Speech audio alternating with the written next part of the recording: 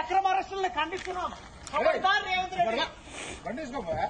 OU Thakur ఆడిటోరియంను పసుపు నీళ్లతో శుద్ధి చేశారు బీఆర్ఎస్పీ నాయకులు.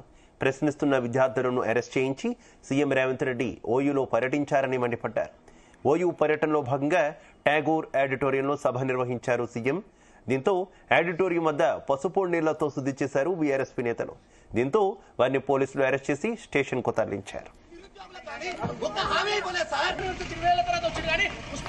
ఏం చేయకుండా పోతుండ్రు. ఇది ఒక సిగ్గు చేయటం. 20 ఏళ్ల తర్వాత వచ్చినటువంటి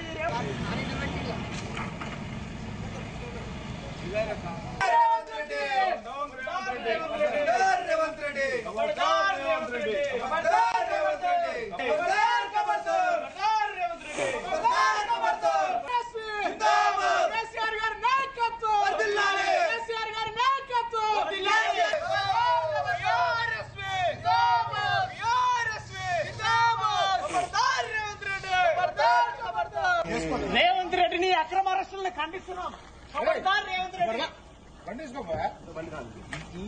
ఖబర్దార్ రేవంత్ రెడ్డి, నువ్వు ఇచ్చిన హామీలను నెరవేర్చి మళ్ళీ నువ్వు డిసెంబర్ లో వస్తాను. డిసెంబర్ లో వచ్చిన 1000 కోట్లని నువ్వు రిలీజ్ చేయి. రైట్ బటన్ లో షార్ట్ బ్రేక్ తీసుకుందాం.